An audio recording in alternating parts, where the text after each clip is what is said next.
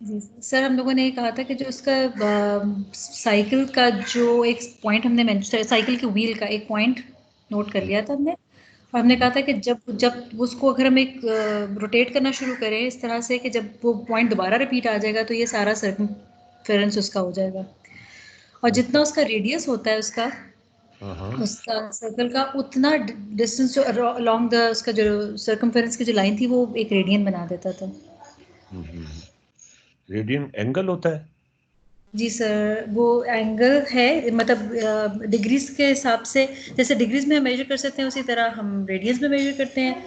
और रेडियंस जो थे वो फिर हमें पता चला था कि जो 2 पाई आर के अंदर ये जो हम मेजर कर रहे होते हैं, इसके अंदर ये जो 2 पाई आर की वजह से ये पूरा का पूरा बन जाता है, इसका सर्कमफेरेंस बन जाता है, लेकिन जो इसके अंदर ये जो पाई की टर्म की वजह से हम उसको ये 2 पाई पाई ये जो उसको हम पे मेजर कर लेते हैं in terms of pi, radians को pi by 4, pi by 2, 3 pi by 2, और इस तरह से आपने बताया था कि ये फिर रेडियंस इस तरीके से मेजर हो जाते हैं, मतलब ये जो पूरा सर्कमफेरेंस के हिसाब से, और जो ये पाई का हमारे पास एक। जी रेडियन के यूनिट क्या हैं? सर, रेडियन का कोई यूनिट नहीं होता। क्यों? सर रेडियन जो है, क्योंकि वो जब हम ये 2 पाई आर और हम लोग उसको रेडियस से जब कट कर देते हैं तो 2 पाई रह जाता है और फिर वो उसका यूनिट नहीं होता। नहीं नहीं, मतलब ये तो 2 पाई आर तो आप वैसे सरकमफ्रेंस की बात कर रही है ना, रेडियन तो पहले आता है ना, तो इसका यूनिट क्यों नहीं होता? सर ये पाई के टर्म्स में डिस्क्राइब हो रहा है इसलिए। नहीं, पाई की टर्म में डिस्क्राइब नहीं हो रहा। हम ये कह रहे हैं कि पाई की अगर आप बात कर रही हैं तो पाई को हम इस तरह डिफाइन करते हैं कि सरकमफ्रेंस और डायमीटर के दरमियान जो रेशियो है वो पाई है। सही इसमें रेडियन सही होता ही नहीं बीच में। सही सही। तो अब ये बताएं कि इसका यूनिट क्यों नहीं होता? सर इसका यूनिट इसीलिए नहीं होता क्योंकि हम ये जो कि रेडियस के साथ के हिसाब से हम इसको मेजर कर रहे होते हैं, तो उसकी वजह से इसका यूनिट नहीं रहता। रेडियस का तो यूनिट होता है लेंथ। नहीं सर, उसको हम कट कर देते थे, यानी कि वो कैंसिल हो जाता था, जिसकी वजह से फिर ये यूनिट नहीं रहता उसका। फिर कैसे हो जाता था? सही, सर्कमफेरेंस के साथ से हम मेजर करें ना, सर्कमफेरेंस जो है वो 2 पाई आर है वो, और उसके ऊपर जितना हमारा रेडियस के साथ हम। सरकमफ्रेंस को अभी ना लाएं बीच में। अभी सिर्फ एक रेडियन की बात करें। तो अच्छा, डिग्रीज के यूनिट होते हैं? सर डिग्रीज, हम एंगल का यूनिट ही डिग्री बता रहे होते हैं। हाँ, उसके यूनिट्स होते हैं। सर मुझे लगता है कि होते हैं, लेकिन मुझे ये पता नहीं कि क्या होते हैं। अच्छा, 2 pi radians is equal to 360 degrees. जी सर। तो इसका मतलब 2 पाई रेडियंस जी सर। 360 डिग्रीज। जी सर। अगर उधर यूनिट है तो उधर भी यूनिट होंगे। नहीं सर, रेडियंस के हैं और डिग्रीज के नहीं हैं। डिग्री के यूनिट ही नहीं होते। नहीं नहीं नहीं नहीं नहीं, रेडियंस के नहीं है, डिग्री के हैं। नहीं, उल्टा लेकिन बोल रही जब हूँ। आप कहते हैं कि 2 pi radians is equal to 360 degrees, तो आपने एक इक्वेलिटी कायम कर दी है दो क्वांटिटीज के दरमियान। और दो क्वांटिटीज के दरमियान अगर कोई इक्वेलिटी है तो इसका मतलब उनके यूनिट्स भी एक जैसे ही होंगे।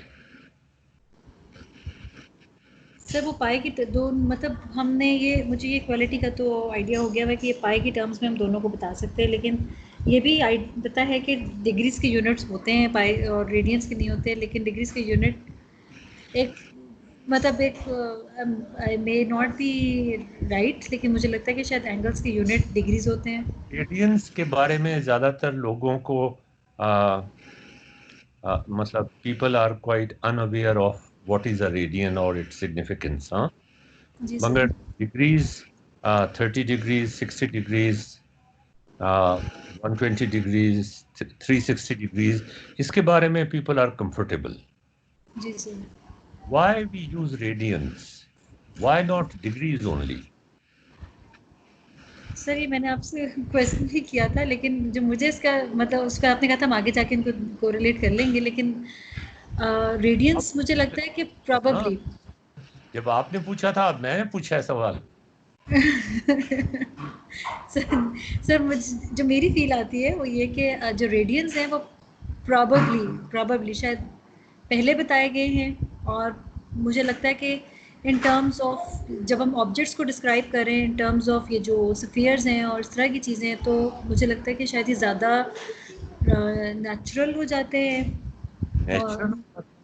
सर इन द सेंस कि ज़्यादा इंट्यूटिव हो जाता है उनका इस्तेमाल करना, और डिग्रीज का शायद इतना नहीं रहता इंट्यूटिव इस्तेमाल करना जिस वक्त हम ये इस तरह की ऑब्जेक्ट्स की जब हम बात कर लेते हैं, यानी कि स्फीयर्स की बात चलें, होगी या नेहा से पूछते हैं। नेहा, ये बताएं कि रेडियंस, डिग्रीज तो हम इस्तेमाल करते हैं, आपकी मदर इंग्लिश की प्रोफेसर हैं, उन्हें भी पता होगा 30 डिग्रीज एंगल पे, 60 डिग्री एंगल, 90 डिग्री एंगल, लेकिन हम रेडियन क्यों इस्तेमाल करते हैं एंगल के लिए? नेहा, मतलब ये कि एक एक एक हमारे पास यूनिट है एंगल का, which is degrees, then why to have another parameter for angle? तो सर्कल वाला था कि जब आर्क लेंथ और रेडियस इक्वल होता है उस एंगल को डिफाइन करने के लिए रेडियन का यूनिट यूज होता या है। रेडियन से होता है ना, एक रेडियन जो है वो तकरीबन 57 डिग्रीज के बराबर है। जी। तो ये क्या मसला है कि हम डिग्रीज को इस्तेमाल कर लें, रेडियंस को क्यों इस्तेमाल करते हैं, और कहाँ इस्तेमाल करते हैं अगर इस्तेमाल करते हैं?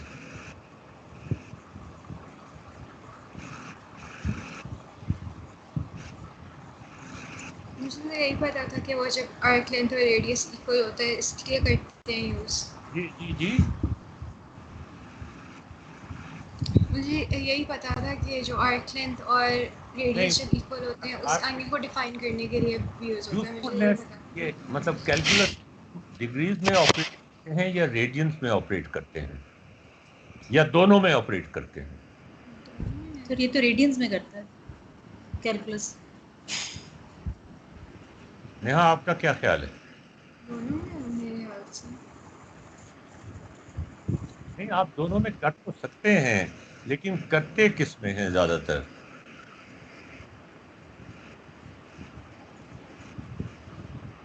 चलें, आज हम थोड़ा सा रेडियंस को दोबारा से देख लेते हैं। मैं ये आपको वीडियो दिखा देता हूँ। मैं शेयर कर रहा हूँ ये वीडियो आपके साथ, स्क्रीन शेयर कर रहा हूँ। इसमें अगर कोई सवाल हो, कुछ सवाल जो थे वो हमने उनके जवाब नहीं दिए थे, और मुझे अफसोस है कि आप लोगों ने भी मुझे याद नहीं करवाया कि भाई ये इन सवालों के जवाब आपने कहा था कि देंगे, और उसके बाद नहीं दिए। मुझे याद था वो सवाल, तो मैं उनके जवाब आज देना चाहूँगा ताकि कोई मसला ना रहे। आपको स्क्रीन शेयर हो गई है? स्क्रीन शेयर हो गई है? जी सर। अच्छा, अब मैं ये वीडियो ऑन कर रहा हूँ। ये वीडियो मैं ऑन कर रहा हूँ। ये मुझे इंटरप्ट कर दीजिएगा अगर कहीं भी आपको कोई मसला पेश आए तो। अशरफ इकबाल आपके सामने दो सर्कल्स नजर आ रहे हैं। सर्कल कोनिक सेक्शन का एक बड़ा इंपॉर्टेंट पार्ट है। सर्कल हमारी जिंदगी का भी एक बहुत इंपॉर्टेंट हिस्सा है। हम सर्कल में घूमते रहते हैं। आवाज तो ठीक है बिल्कुल। और अपनी जिंदगी के सर्कल में घूमते रहते हैं, उससे बाहर नहीं निकलते। बहुत सारी चीजें सर्कल से मिलती जुलती हैं, अच्छी भी हैं, बुरी भी हैं। एक ही सर्कल में घूमते रहना अच्छी बात है या बुरी बात है, आई डू नॉट नो, लेकिन इसका मतलब यह है कि आपका फासला सेंटर से हमेशा बराबर रहेगा। तो क्या आप मूव कर रहे हैं या आप मूव नहीं कर रहे, या आपको मूव करने का इल्यूजन हो रहा है? ये एक पहिया है जो कि सर्कल है, और पहिए की दरियाफ्त भी ह्यूमन सिविलाइजेशन की तारीख में एक बहुत प्रोमिनेंट मुकाम रखती है। पहिए की इजाद, पहिए को आप सीट के नहीं लेकर जाते, बल्कि पहियों पर जो रेड़ी चलती है या पहियों पर जो गाड़ी चलती है वो पहियों के ऊपर घूमती है और उससे फ्रिक्शन कम हो जाती है और आप आसानी के साथ चीज़ों को लेकर एक जगह से दूसरी जगह ले जा सकते हैं। पहिया बहुत ज़रूरी, पहिया चलता रहना चाहिए। मुहावरा भी है, पहिया चलता रहना चाहिए। पहिए में 360 डिग्रीज होते हैं। यहाँ से लेकर यहाँ से अगर हम काउंट करने शुरू करें 90 डिग्रीज, 180 डिग्रीज, 270 डिग्रीज, 360 डिग्रीज। पहिए का एक रेडियस होता है और ये रेडियस जो है ये इस ऑब्जेक्ट का डिस्टेंस है सेंटर के साथ और ये हमेशा कांस्टेंट रहता है। ये पहिए की या सर्कल की डेफिनेशन है। अच्छा, अब अगर जब पहिया चलता है, आगे पहिया चलता है या पीछे पहिया चलता है तो एक एंगल बनता है। अच्छा, जब एक तो ये बात हो गई, दूसरी बात ये कि पहिए के का रेडियस मैंने आपसे कहा एक चीज है, क्वांटिफाई करने की कोशिश कर रहे हैं पहिए को ना, फील करने की कोशिश तो कर ली आपने, देख लिया कैसा गोल गोल होता है, लेकिन क्वांटिफाई करने की कोशिश कर रहे हैं। रेडियस है ये, इसका डबल ले लें तो डायमीटर बन जाता है। ये इसका सरकमफ्रेंस है, ये पूरा डिस्टेंस। अच्छा, ये डिस्टेंस स्ट्रेट लाइन में नहीं है बल्कि ये एक गोल दायरे में है। तो इस स्ट्रेट लाइन में ये रेडियस स्ट्रेट लाइन में है, डायमीटर स्ट्रेट लाइन में है, लेकिन जो इसका सरकमफ्रेंस है वो सर्कल में है। इसमें भी तो आखिर अगर कोई चीज इसके ऊपर मूव कर रही होगी तो ये डिस्टेंस तो वो भी कवर कर रही होगी ना। यहाँ से आप यहाँ जाएं तो डिस्टेंस तो कवर होता है ना, यहाँ भी कवर होता है, यहाँ भी यहाँ से यहाँ तक का डिस्टेंस जो कवर होता है या इसको हम कहते हैं सरकमफ्रेंस जो है, उसका रेडियस से या डायमीटर से एक गहरा ताल्लुक है। डायमीटर और सरकमफ्रेंस का आपस में एक बड़ा गहरा ताल्लुक है और उस गहरे ताल्लुक की जो बुनियाद है वो उसकी बेसिस पर हमने एक कांस्टेंट डिफाइन किया हुआ है जो बड़ा डर्टी कांस्टेंट है। उसकी वैल्यू तो हम आपको बाद में बताएंगे। It is pi, it's a irrational number. चलता ही जाता है, चलता ही जाता है, चलता ही जाता है, चलता ही जाता है, रुकता ही नहीं है, लेकिन बड़ा ज़रूरी है। उसके बगैर पहिए को चलाना, पहिए के चलाने की मूवमेंट को डिस्कस करना, मेजर करना, समझना, समझाना बहुत मुश्किल है। पाई, पाई याद रखें, पाई। पाई कहाँ से आया? सरकमफ्रेंस और डायामीटर का जो रेशो है उसे हम पाई कहते हैं। हम आज इसको ज़रा गौर से देखने की कोशिश करेंगे। अच्छा, अभी मैं आपको सिर्फ ये पहिए चला के दिखाता हूँ। ये देखें, ये पहिया चलना शुरू हुआ। ये पहिया जितना चलता है, ये देखें, ये एक डॉट था इस पहिए के ऊपर और यहाँ पे एक लाइन लगाई हुई थी, पहिए के ऊपर एक रॉड लगाई हुई थी। ये रॉड भी साथ साथ चलती जाती है। ये देखें, ये पूरा, ये पहिया तो पूरा घूम गया, अभी वो वाला पहिया नहीं घूमा। ये पहिया चल रहा है भाई, पहिया चल रहा है। ये उल्टा चल रहा है, ये सीधा चल रहा है। अब आप यहाँ पे ज़रा गौर से देखें तो आपको ये एहसास होगा कि यहाँ पर एक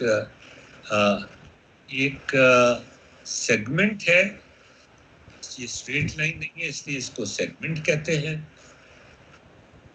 ठीक है ना जी, या आर्क कहते हैं। ये एक सर्कुलर आर्क है, आर्क का एक हिस्सा है, इसकी भी एक लेंथ होगी।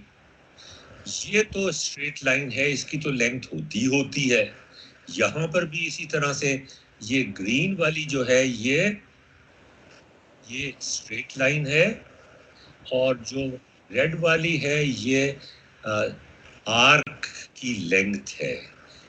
ये आर्क की लेंथ अगर पूरा घूम जाए, ये पहिया पूरा घूम जाए, रेड वाला हिस्सा, तो ये आर्क की लेंथ टू सरकमफ्रेंस के बराबर हो जाती है। आर्क की सरकमफ्रेंस के बराबर हो जाती है। और ये ग्रीन लेंथ क्या है? अच्छा, आप जरा इसको चला के देखें, इसको खेलें, इससे जरा ये देखें। मैं आहिस्ता आहिस्ता चलाता हूँ जरा इसको, आहिस्ता आहिस्ता, कि ये जो रेड आर्क की लेंथ है उसमें और सब्ज लाइन में, इन दोनों की जो लेंथ है, आर्क की लेंथ और ये रेड लेंथ और ग्रीन लेंथ, इनमें क्या क्या ताल्लुक है? हाँ भाई ईशा, तुम्हारा क्या ख्याल है कि इन दोनों लेंथ में क्या ताल्लुक है? सर दोनों बराबर होंगी क्यों? सर, क्योंकि दोनों एक साथ बढ़नी है। यार एक साथ तो कई चीज़ें बढ़ सकती हैं, एक साथ तो टेम्परेचर भी बढ़ रहा है गर्मियों का, और एक साथ तो कोरोना भी बढ़ रहा है। तो अब तुमको ये दोनों बराबर हैं? सर यानी लेंथ जो है वो जो भी आप जो नीचे ग्रीन लाइन की लेंथ है वो आपकी आर्क की भी लेंथ है। क्यों, कैसे, आप क्यों कह रही हैं? सर वो मैं इसलिए कह रही हूँ क्योंकि जो नीचे चीज आ रही है वो डिस्टेंस कवर्ड है, यानी जो हमारा पॉइंट सी है सर्कल के ऊपर, अगर मैं स्मॉल सर्कल की बात करूं तो उसने जो डिस्टेंस कवर किया है, ग्रीन लाइन हमें वो डिस्टेंस दिखा रही है। और सर्कल के ऊपर जो डिस्टेंस कवर हो रहा है सरकमफ्रेंस पे, वो सी डैश के थ्रू शो हो रहा है। यार तो वो तो क्योंकि गोल, हाँ हाँ सर, लेकिन डायरेक्शन उसकी सर्कल में है, लेकिन डिस्टेंस तो कवर हो रहा है। यार तो डायरेक्शन कैसे पता चला कि एग्जैक्टली बराबर हैं लेंथ्स? चलें सर उनका रेट बढ़ने का एक है। रेट हो सकता है रेट बराबर हो लेकिन वो मुख्तलिफ हो। सर लेंथ, अच्छा जी, मुदस्सरा आपका क्या ख्याल है? सर मेरा भी ये ख्याल है कि एक जो है स्ट्रेट लाइन के ऊपर उसका डिस्टेंस जो ट्रेवल हो रहा है, और उसी डिस्टेंस को अगर हम आर्क लेंथ के ऊपर ट्रेवल करके बता रहे हैं तो वो रेड लाइन के थ्रू। आप कैसी अजीब बातें कर रही हैं। एक लेंथ है जो सर्कल के ऊपर है, आर्क लेंथ है, और जी एक लाइन के ऊपर है। दो मुख्तलिफ चीज़ें हैं, इनको आप बराबर कह रही हैं और इतने कॉन्फिडेंस से कह रही हैं जैसे अल्लाह एक है। तो मुझे ज़रा कुछ शक सा पड़ता है कि आपका ये ईमान है या आपकी कॉमन सेंस है। नेहा, नेहा आपका क्या ख्याल है? सेम है दोनों लाइन्स। क्यों सेम है?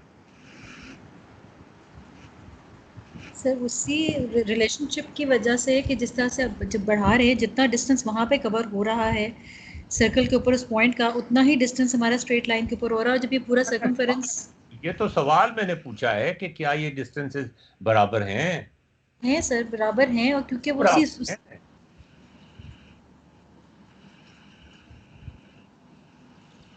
चलें, बाल की खाल नहीं उतारते, आगे चलते हैं। क्या आप ये ताल्लुक यहाँ जज कर सकते हैं? अगर जज कर सकते हैं तो आधा मसला तो यहाँ हल हो जाता है। दोबारा से दिखा दूं, देखें देखें देखें देखें देखें, रेड लेंथ और green length. Red length arc की लेंथ है, ग्रीन लेंथ स्ट्रेट लाइन पे लेंथ है। तो ये इन दोनों के दरमियान क्या ताल्लुक है? जनाब, सोच सकते हैं, सोच सकते हैं, सोच सकते हैं, सोच सकते हैं। ये दोनों बराबर हैं, इसलिए कि ये जितना फासला तय करता है वो ग्रीन लेंथ शो करती है, और ये डिपेंड करता है कि पहिया कितना घूमा है। ये पहिया छोटा है, ये अगरचे ज्यादा घूम गया है, लेकिन फिर भी फासला इसने कम तय किया है। ये पहिया ने फासला यहाँ से लेके यहाँ तक जो तय किया है ये उतना ही है, लेकिन ये एंगल कम बना है इसमें। फासला यहाँ पे कितना है, 6 है, और हाँ यहाँ पर भी 6 है। ये एंगल तो बराबर का है, इसने नहीं एंगल नहीं, ये डिस्टेंस तो बराबर का यहाँ पे ट्रेवर्स किया है, यहाँ पर भी ट्रेवर्स किया है, यहाँ भी, लेकिन ये एंगल मुख्तलिफ, इसलिए कि इसका ये पहिया छोटा है ना, ये पहिया बड़ा है। ये पहिया जब पूरा घूमेगा तो ये काफी दूर चला जाएगा। ये पहिया जब घूमेगा तो इतनी दूर नहीं जाएगा, इससे छोटा पहिया ले लेंगे तो वो तो और भी करीब रहेगा। जितना बड़ा पहिया होगा उतना ये आपको आसानी हो जाती है, बड़े पहिए में या मुश्किल हो जाती है, जो भी आप इसको समझें। तो अब हमने ये चीज एस्टेब्लिश कर ली, आपने खुद ही डिस्कवर की है कि ये सब्ज लाइन और ये रेड लाइन बराबर हैं, ये सब्ज लाइन और ये रेड लाइन बराबर हैं, ये सब्ज लाइन और ये रेड लाइन बराबर हैं। आप देखते हैं हम कि जब ये पूरा पहिया घूम जाता है तो अब ये रेड लाइन, ये सरकमफ्रेंस कितना होगा, ये सरकमफ्रेंस होगा जितनी ये सब्ज लाइन है, ये होगा 18 पॉइंट कुछ। आपने ये नोट किया। इसका रेडियस कितना है, इसका रेडियस है 3 और डायमीटर कितना है 6। 6 को अगर हम मल्टीप्लाई कर दें, 6 को मल्टीप्लाई कर दें अगर हम पाई से 3.14 से, वो कांस्टेंट ये बताता है आपको कि ये जो लेंथ है सर्कल की, जो लेंथ है, जो सरकमफ्रेंस जिसे कहते हैं, वो ये ग्रीन फासला है। अब आपको पता चला कि हम क्या बात कर रहे थे। अब आप देखें, दोबारा से आपको दिखाता हूं, ये देखें, ये सब्ज बढ़ता जा रहा है, 4 हो गया, ये आर्क लेंथ जो है ये भी 4 हो गई, अब ये 8 हो गया, आर्क लेंथ भी 8 हो गई, और अब ये यहाँ पे आके 18 हो गया, तो इसका सरकमफ्रेंस भी 18 ही होगा। इसमें आप देखें कि ये बड़ा सर्कल है। अच्छा, तो इसका मतलब पाई इंटू डी फार्मूला बना, pi into D, where D is the diameter, pi into D. यहाँ पर भी पाई इंटू डी बनेगा। यहाँ पर 5 है, 5 3 15, तो 15 और 12 को जमा करें अगर हम, 5 3 5 तो ये है ना 10, 10 3 30, 30 से ज़्यादा, थोड़ा सा ज़्यादा, 3.14 होता है ना पाई, तो वो कहीं यहाँ पर जाके ये होगा, ये ज़्यादा फासला तय करेगा।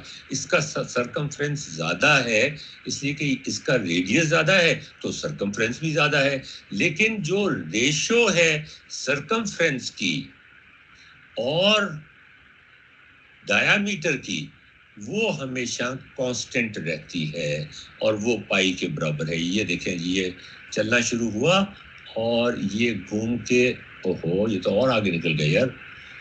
मैं जरा थोड़ा इसे छोटा कर लूं।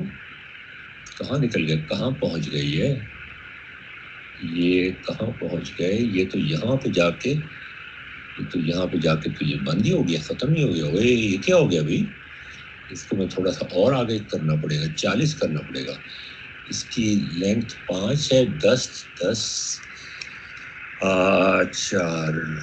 40 कर देते हैं इसको। ओके, तो अब आप देखें कि इसका जो डायमीटर है वो 10 है, और 10 को अगर हम ज़रब दें, 10 को ज़रब दें अगर हम, किससे ज़रब दें 10 को?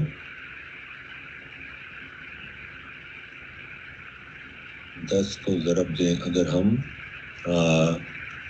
पाई से,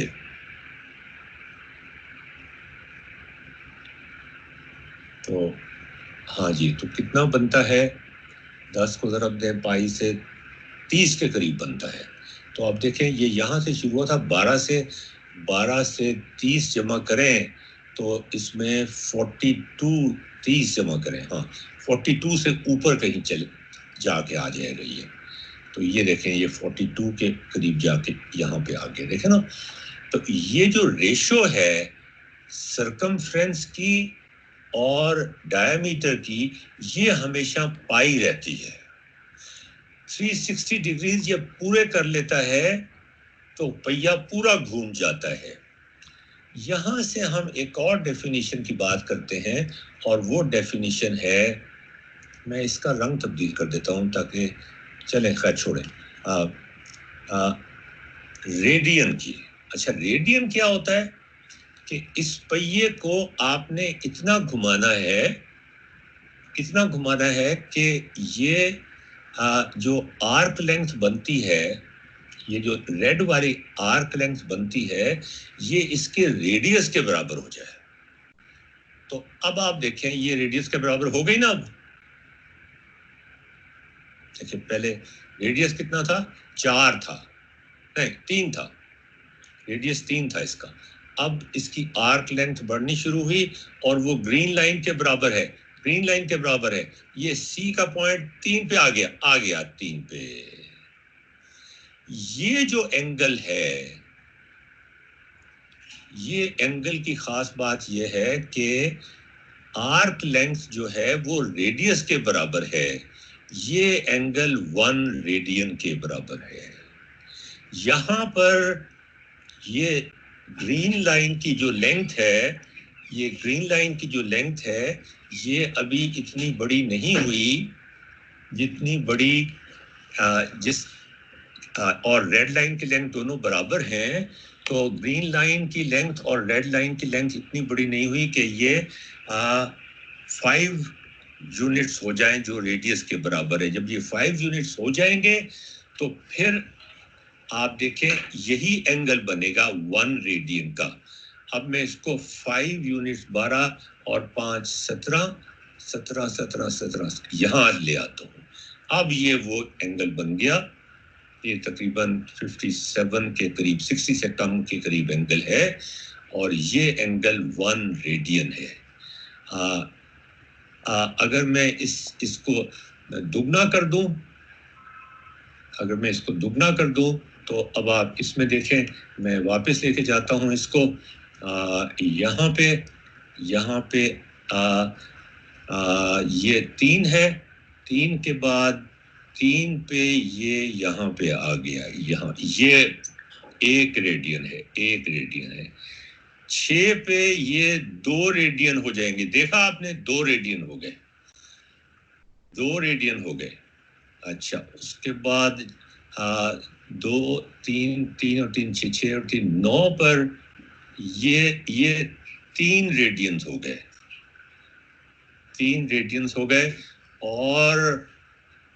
और ये 3 रेडियंस हो गए और यहाँ पर जाके 18 के ऊपर 2 पाई रेडियंस हो गए। 2 पाई रेडियंस, 2 पाई कितना होता है 6, 2 पाई रेडियंस हो गए। ये 1 रेडियन, यहाँ नहीं 3 पे 1 रेडियन, 3 पे 1 रेडियन, 6 पे 2 रेडियन, 6 के बाद 6 और 3 9 के ऊपर 3 रेडियन, 3 रेडियन। हमने 2 पाई रेडियंस पे जाना है। 2 पाई रेडियंस कितने होंगे, 3 दूनी 6, 2 पाई आर सरकमफ्रेंस बनता है इसका। तो वो पूरा सरकमफ्रेंस जब पूरा होगा, जब ये पूरा चक्कर काटेगा, तो ये देखें ये ओहो, ये मैंने ये इसको क्यों चला दिया, ये यहाँ से चलाना था यार। ये देखें जी, ये देखें जी, ये यहाँ पे जाके 18 क्यों हुए, 2 पाई आर या पाई इंटू डी, ये मैंने कहा था ना। तो पूरा सर्कल जब कंप्लीट होता है तो कितने एंगल हुए, पाई, 2 पाई रेडियंस कंप्लीट हो गए और 2 पाई r इसका सरकमफ्रेंस निकल आया।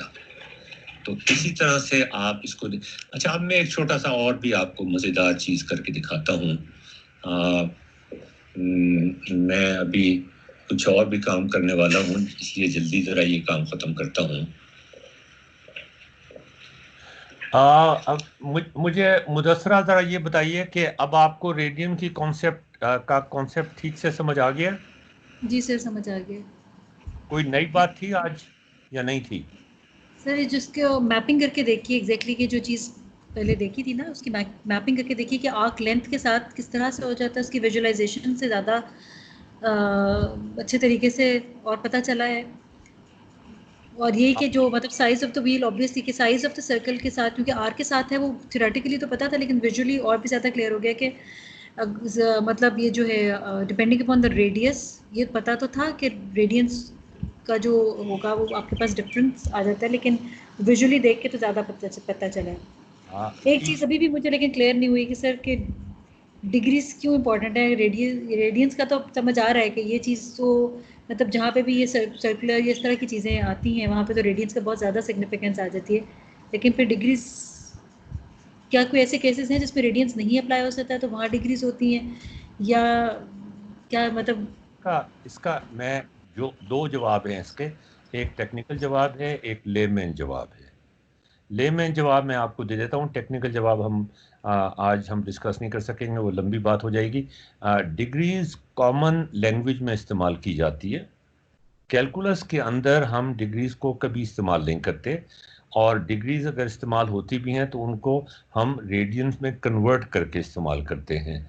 तो कैलकुलस की ज़बान में डिग्रीज की कोई ख़ास अहमियत नहीं है, रेडियंस ही चलते हैं। अब क्यों चलते हैं ऐसा वो हम बाद में करेंगे। ईशा, आप ज़रा बताइएगा कि आपको रेडियंस का कॉन्सेप्ट हो गया?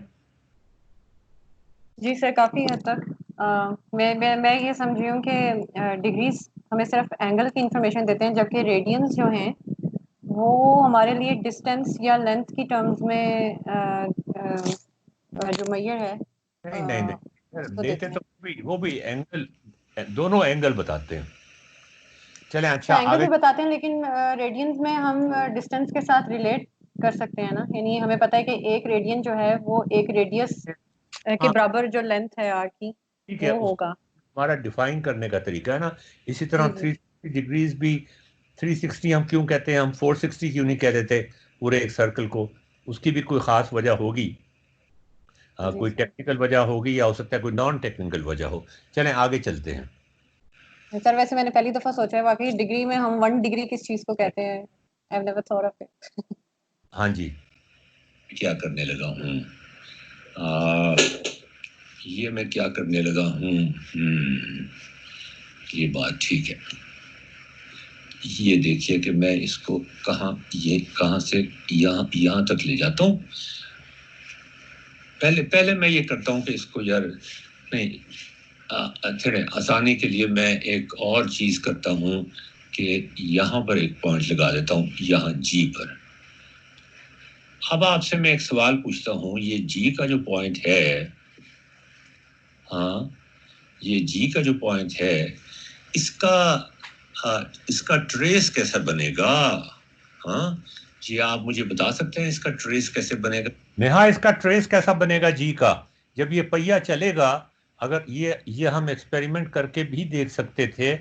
इनफैक्ट मुझे बाद में ख्याल आया कि एक सिलेंडर के ऊपर हम अगर निशान लगा देते और उसको हम एक टेबल के ऊपर चलाते, सर्कल तो चलाना मुश्किल होता है ना, गिर पड़ता है। सिलेंडर नहीं चलाना मुश्किल होता है, सिलेंडर स्टेबल रहता है। तो फिर हम ये आपको दिखा सकते थे। ये बताएं कि इसका लोकस कैसा बनेगा। ये जी पॉइंट जो है ऊपर नीचे तो जाएगा, जाहिर है, जब ये पहिया चलेगा ऊपर नीचे तो जाएगा। ये किस फॉर्म में मूव करेगा, साइन में, कोसाइन में, किस तरह से? आपकी गट फीलिंग क्या है नेहा? जी पॉइंट जो है स्मॉल सर्कल के बीच में करके जो लगा हुआ है ये है जी। हाँ जी, ये है जी, ये है। और सर्कल मतलब रोटेट करेगा तो इसका, तो आप पूछ रहे हैं कि जी से क्या बनेगा? जी का लोकस किस तरह बनेगा? ये मेरे इन इशारों से आप मिसगाइड ना होइएगा। मेरे तमाम इशारे जो हैं वो मिसगाइडेड होते हैं। जी का लोकस कैसा बनेगा, ये सवाल बड़ा मज़ेदार और बड़ा अहम है, और ये आपकी गट फीलिंग को टेस्ट कर रहा है। चला के तो मैं आपको अभी दिखा दूंगा, वो तो कोई मसला नहीं है, लेकिन आप ये बताइए कि ये, अगर मैं इस पॉइंट की बात करूं तो वो तो बड़ा सिंपल है।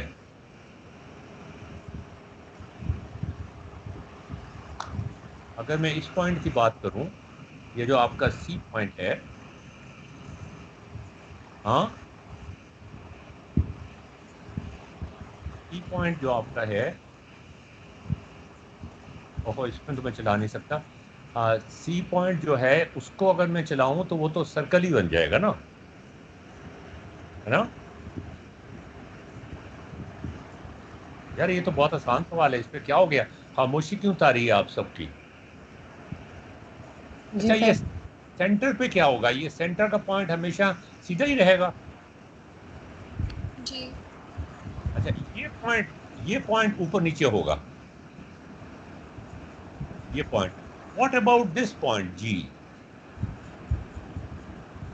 बताएं नेहा, जल्दी से बताएं, गट फीलिंग क्या है आपकी? यहाँ से साइन। Sine function? जी।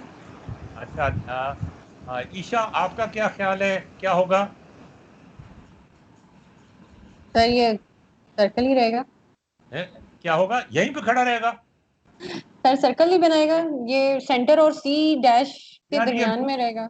ये इधर भी मूव कर रहा है ना, इधर भी मूव कर रहा है, और ये सर्कल भी मूव कर रहा है, और ये सर्कल इस साइड पे भी मूव कर रहा है, इस साइड पे भी मूव कर रहा है, और सर्कल भी मूव कर रहा है, तो ये ऊपर भी मूव करेगा और इधर भी मूव करेगा, तो ये लॉन्गिट्यूडनल मूवमेंट भी होगी और वर्टिकल मूवमेंट भी होगी। तो क्या जैसे नेहा ने कहा साइन कर्व होगी या कोसाइन कर्व होगी? सर आपने जैसे ड्रॉ किया था वो तो कोसाइन कर्व लग रहा था। सर लेकिन मुझे नहीं समझ में आ रहा कि साइन या कोसाइन कर्व कैसे बनेगा। मुझे तो यही लगता है कि ये भी सर्कल ही बनाएगा। यार सर्कल तो नहीं बना सकता ना, ये तो इस साइड पे भी चल रहा होगा। अच्छा यानी आप उसकी उसमें पूछ रहे हैं।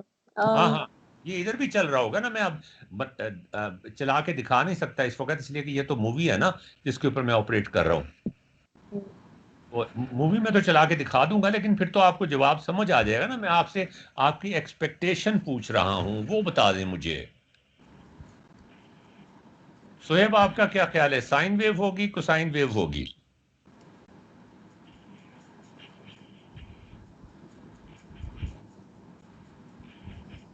इस सवाल के ऊपर बहुत लड़ाई झगड़ा हुआ था when I was dean at UCP.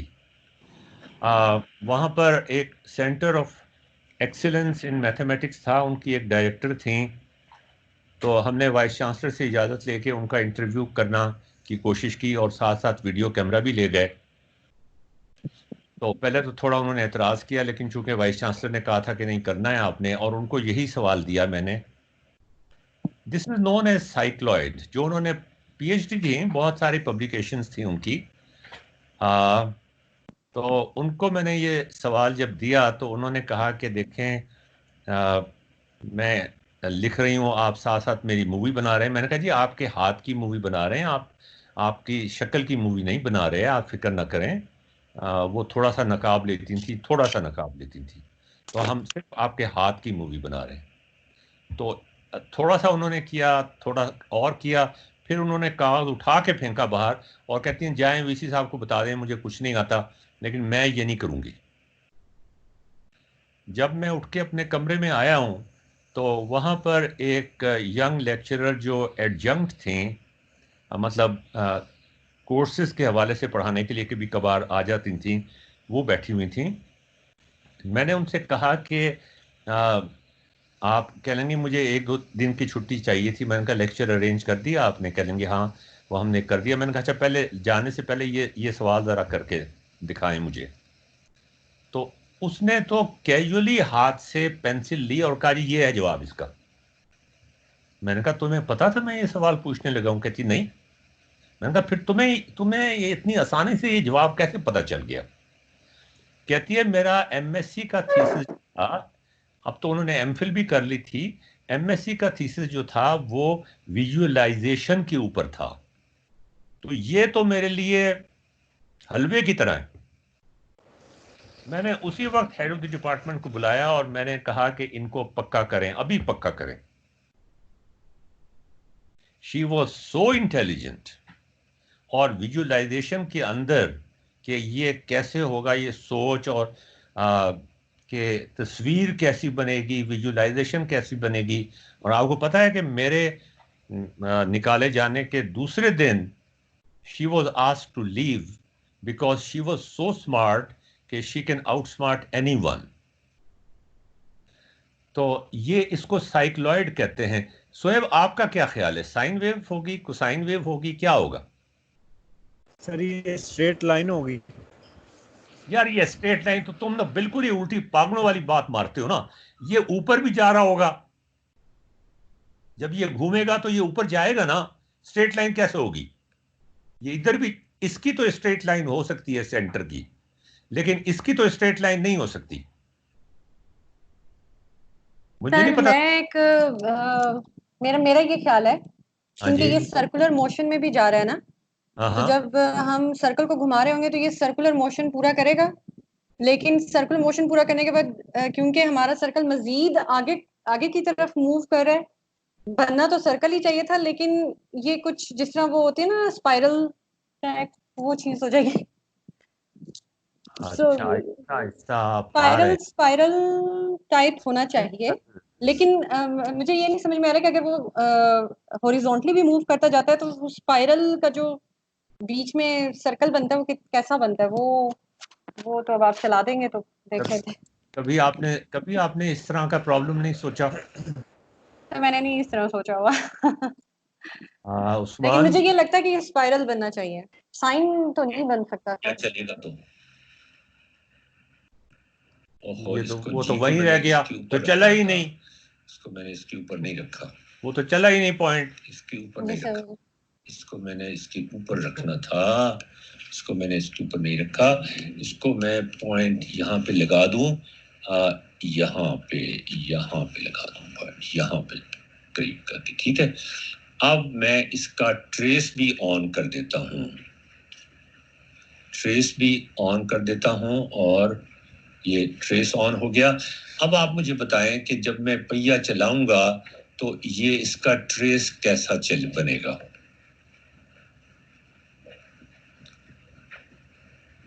Sir अगर ये सी डैश वाली लाइन के ऊपर होगा तो इसका स्पाइरल बनेगा सर। अब चेक सही, मैंने जान के गलती की थी, आपने गलती पकड़ ली मेरी। जी पॉइंट यहाँ नहीं लगाना चाहिए था, बल्कि मुझे जी पॉइंट यहाँ पे लगाना चाहिए था। यार देखें स्ट्रेट लाइन ही बनी। हाँ उस्मान, तुम्हारी क्या बात है, तुम्हारी बद्दुआ लग जाती है। जब भी तो मैंने स्ट्रेट लाइन दिखा दी, मैंने कहा कि चलो तुम्हारी भी हम रख लेते हैं। हाँ, इसको एच कह रहे हैं।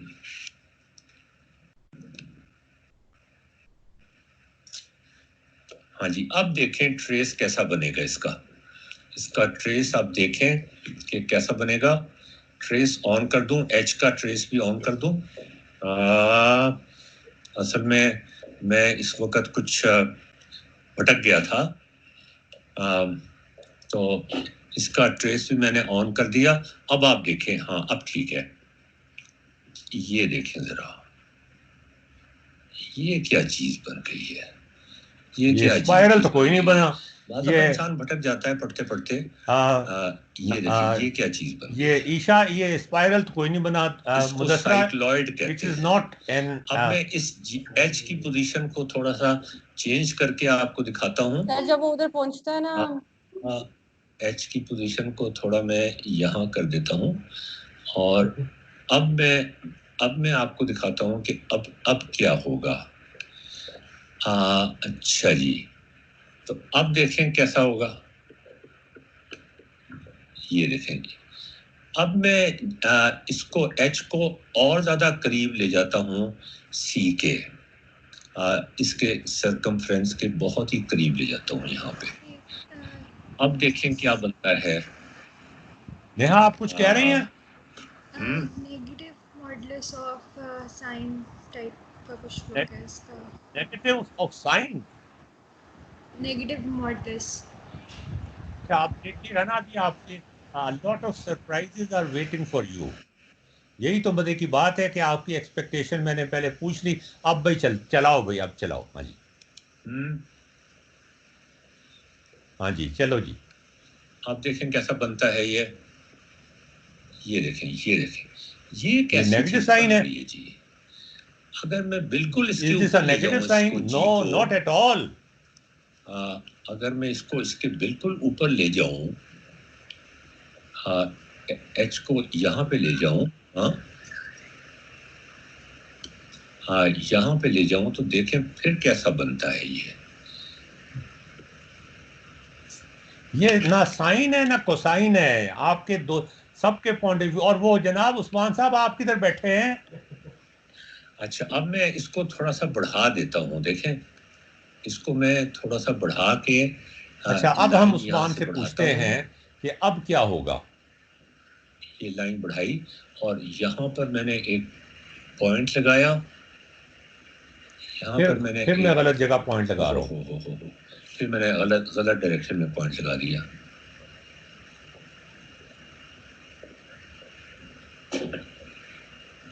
इस डायरेक्शन में पॉइंट लगाना था यार, ये इस वाली डायरेक्शन में पॉइंट लगाना था, यहाँ से लेके और यहाँ ये वाला पॉइंट लगाना था। और अब मैं इसका एक पॉइंट जो है वो इस लाइन पर यहाँ पे लगा देता हूँ। अच्छा, ये करने के बाद मैं ये करता हूँ कि अब ये बड़ी लाइन ख़त्म हो जाए और यहाँ से लेकर और यहाँ नहीं, ये नहीं करना था, वो ये नहीं करना था, फिर मैं भटक गया। ये वाली लाइन, हाँ ये वाली लाइन यहाँ से लेकर और यहाँ तक मैं एक लाइन और लगा देता हूँ। और इसको क्या, इसका नाम क्या है, क्यू है इसका नाम। वो वाली लाइन मैं ख़त्म कर देता हूँ, ये वाली लाइन, ये लाइन मैं ख़त्म कर देता हूँ, ये वाली लाइन मैं ख़त्म कर देता हूँ, इसकी कोई ज़रूरत नहीं है।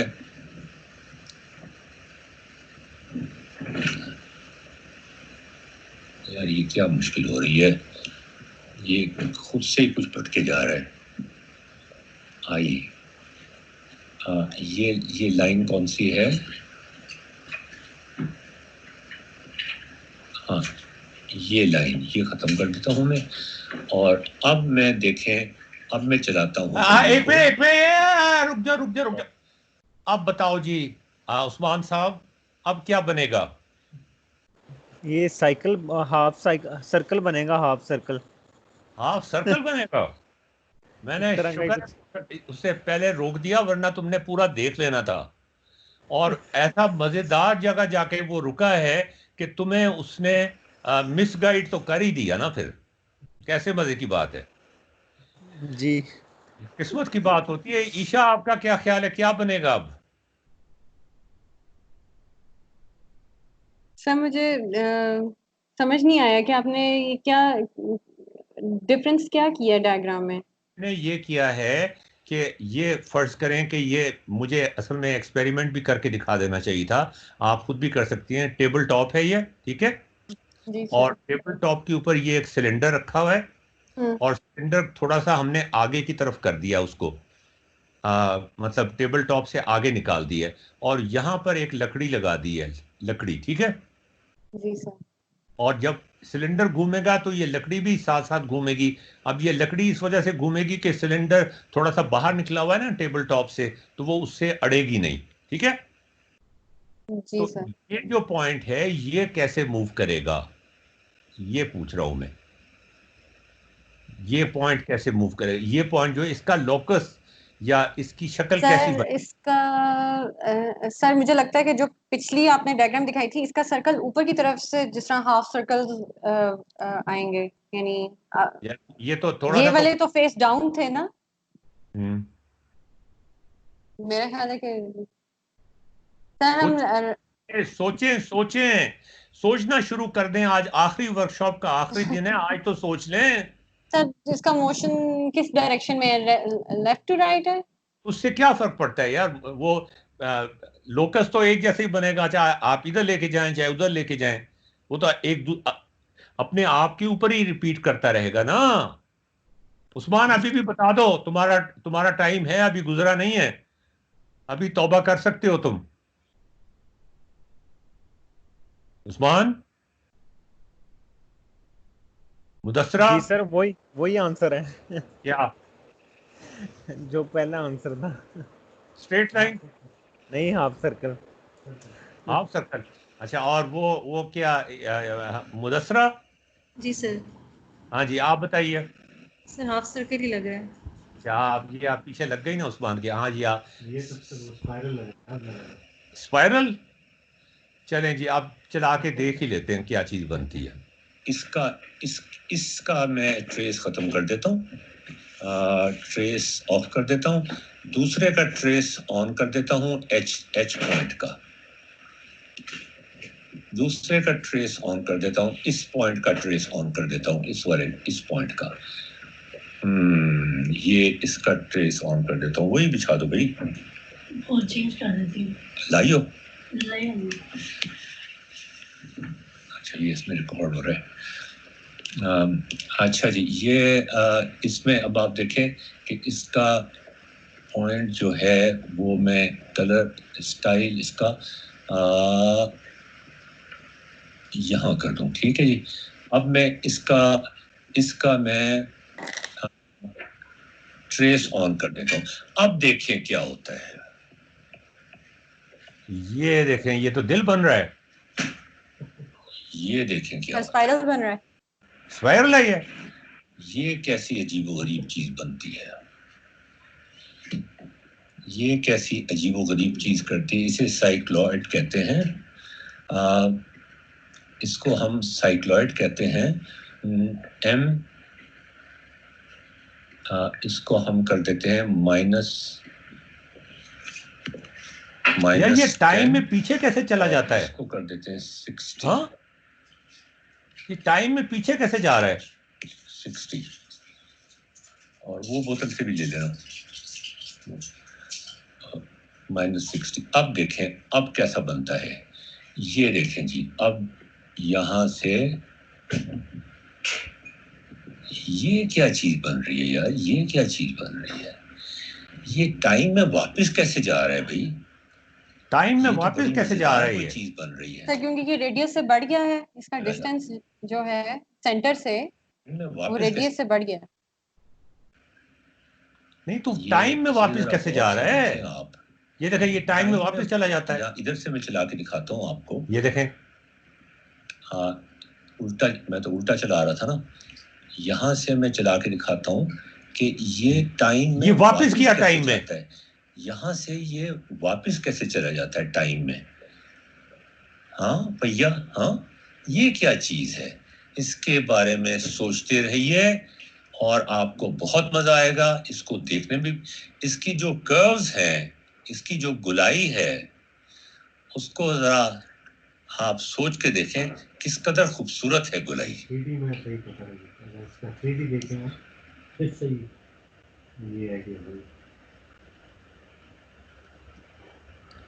अच्छा जी, अब हम आते हैं कोनिक सेक्शंस का जो बकिया हिस्सा था जो हम कर रहे थे उसके ऊपर।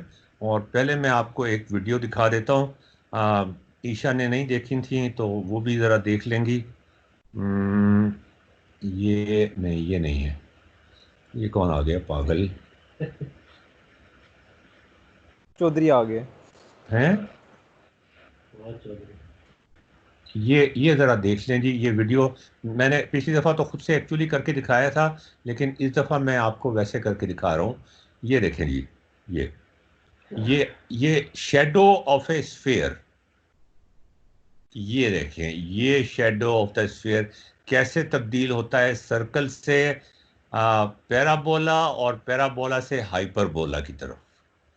ये ईशा आपने पहले कभी नहीं देखा होगा कि किस तरह से shadow of a sphere gives birth to all the conic sections, all तो the ये लास्ट क्लास में मैंने देखा था। अच्छा, नहीं, मुदस्सरा ने नहीं देखा था।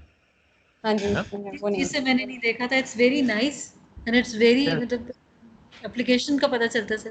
सिर्फ शेडो की, ये हमने लास्ट टाइम शेडोज बना के देखे थे, लेकिन ये ज़्यादा प्रोफेशनली बनी हुई है, इससे मैं आपको दिखा रहा हूँ कि सिर्फ लैंप को ऊपर नीचे करने से, ये सर्कल से एलिप्स, एलिप्स से पैराबोला, पैराबोला से हाइपरबोला, तो ये एक बड़ी अजीबोगरीब बात है कि एक ही सिर्फ शेडो, साए। ईशा, आपने कभी अपना साया देखा है? जी सर। कभी साए ने छोड़ा है आपका साथ? नहीं सर। और अगर छोड़ देगा तो क्या करेंगी? सर बाकी सब जाएंगे, बाकी डर जाएंगे। डर जाएंगे। साया होगा ही नहीं तो फिर क्या करेंगी? देखें, ये तो अच्छा हमने देख लिया ना। अब मैं आपको देखें, ये मैंने आपको जो कॉनिक सेक्शन की बड़ी ब्रीफ डिस्क्रिप्शन दी है, वो एक यूनिफाइड डिस्क्रिप्शन है। मतलब कहने का ये है कि वो एक ही कॉन्सेप्ट से सारी चीजें बन रही हैं। हम इनको अलग अलग करके हमें नहीं देखना चाहिए। कन्वेंशनल टीचिंग के अंदर और मेरी पेडागोजी के अंदर और आपकी आइंदा पेडागोजी के अंदर ये वर्कशॉप के बाद ये होना चाहिए कि you should look at things in relation to others, unity of concepts, बजाय इसके कि कॉन्सेप्ट्स को अलग अलग करके देखें आप। ये बहुत ज़रूरी होता है। चलें, ये हम ख़त्म कर दें। अब हम यहाँ से देखें, ये एक मैंने आपके लिए बनाई है। इसको मैं ज़रा थोड़ा सा, नहीं, ये देखें, ये क्या हो गया? ये नहीं नहीं नहीं नहीं नहीं, नहीं। मैं इसको इधर से गुजारता हूँ, इधर से यार ये कंट्रोल करना मुश्किल है। इसको यहाँ से कंट्रोल किया और इसको यहाँ से कंट्रोल किया और इसको यहाँ से ये देखें जी।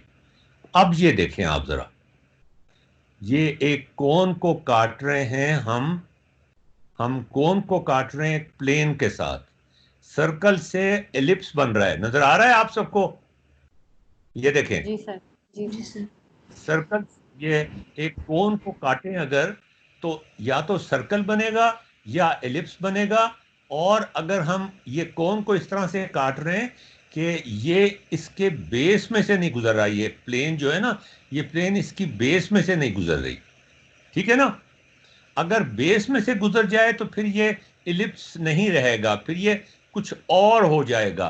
अब देखें क्या हो गया। अब ये पैराबोला की तरफ जा रहा है। ये देखें, it's moving towards a parabola.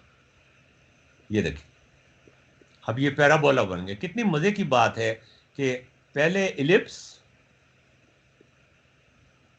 पहले सर्कल, फिर एलिप्स, फिर पैराबोला, और उसके बाद इसको हाइपरबोला बनाने के लिए हमें इस प्लेन को वर्टिकल करना पड़ेगा।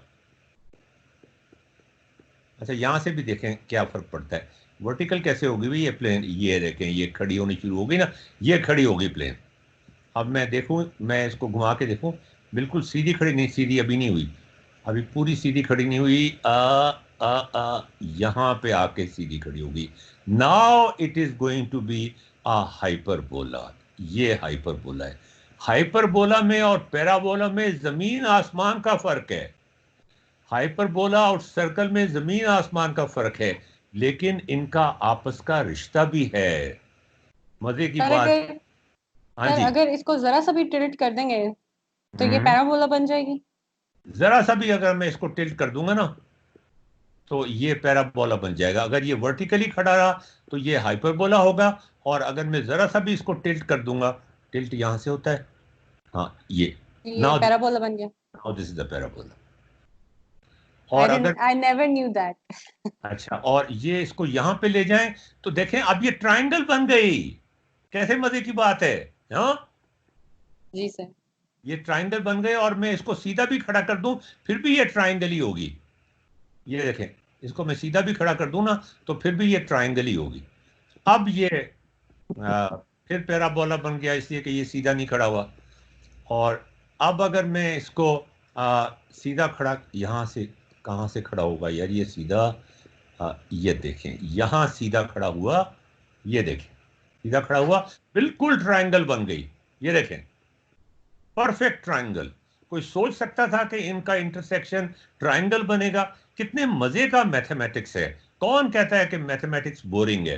हाँ ईशा, नहीं उस्मान। सर, मैं तो कभी भी नहीं कहती बोरिंग है। हाँ, और It's ये very interesting. अटेंड करने के बाद तो आपको बिल्कुल नहीं कहना चाहिए। और सर ये ये जो कहना, ट्रायंगल है, हाँ ये यानी इसको अगर मैं कहूँ कि ये हाइपरबोला भी है तो ये गलत तो नहीं होगा ना?